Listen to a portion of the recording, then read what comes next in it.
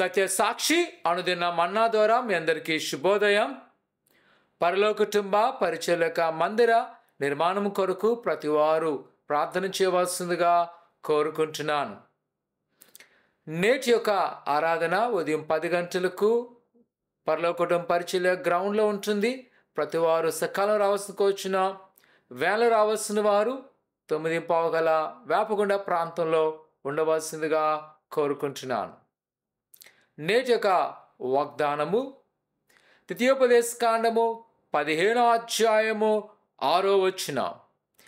ఎలయనగా నీ దేవుడైన యెహోవా నీతో చెప్పినట్లు నిన్ను ఆశీర్వదించెను గనుక నీవు అనేక జనములకు అప్పిచ్చెదువు గాని అప్పు చేయవు, అనేక జనములను ఏలుదువు గాని వారు నిన్ను ఏలరు.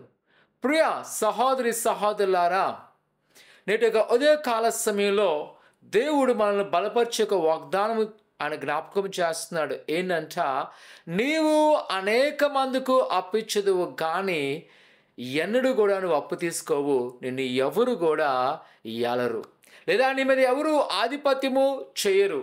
ఎప్పుడంట, నీవు నీ దేవుడైన యెహోవా నీతో చెప్పినట్లు నిన్ను ఆశీర్వదించను కనుక. ఆయన ఎల్లప్పుడూ కూడా మనం దీవించడానికి సంసిద్ధంగా ఉన్నాడు.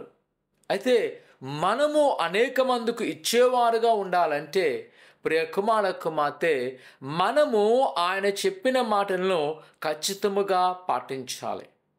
ఆయన ఏదైతే ధర్మశాస్త్రాన్ని నీకు నాకు అప్పగించినాడో ధర్మశాస్త్ర ప్రకారము నడుచుకోవాల్సినది. ఈ యొక్క లెంట్ సీజన్లో అందరూ ఉపవాసం ఉంటున్న మనము ఈ యొక్క దినాల్లో మనము మన ఆత్మీయ జీవితంలో క్రియాత్మకంగా దేవుని యొక్క ఆజ్ఞల ప్రకారం జీవిస్తున్నామా అని, ఎలాగైతే మనం ఒక నవీన స్వభావాన్ని కలిగి జీవించమంటున్నాడో, ఎవరైతే ఆయన యొక్క ఆజ్ఞల ప్రకారం జీవిస్తారో వారిని ఆయన ఇచ్చేవాడుగాను ఆశీర్వదించేవాడుగా బలపరచగల సమర్థుడు.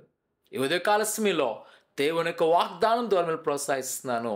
ఆయన మాటలు వెంబడిద్దాం, ప్రార్థన చేసుకుందాం. పరిశుద్ధుడా దేవానికి వందనాలు. నీ బిడ్డలైన వారిని మీరు జ్ఞాపకం చేసుకొని నీ దైవ ఆశీర్వాదముతో నింపండి. వారికి నా ప్రతి కొదువులు యేసు నామమున తొలగించి నిన్ను వెంబడిస్తూ వారు నాయన అప్పిచ్చేవారుగా, ఏలేవారుగా, అనేక మందికి పంచేవారుగా మీరు బలపరిచి సమృద్ధి దయచేయమని యేసు నామమున అడుగుతున్నాం తండ్రి, ఆమేన్. ఉదయకాల ఆరాధనకు త్వరగా వచ్చి దేవుని యొక్క ఆశీర్వాదం పొందుకోవాల్సిందిగా కోరుకున్నాను. దేవుడు దీవించునుగాక. ఆమేన్.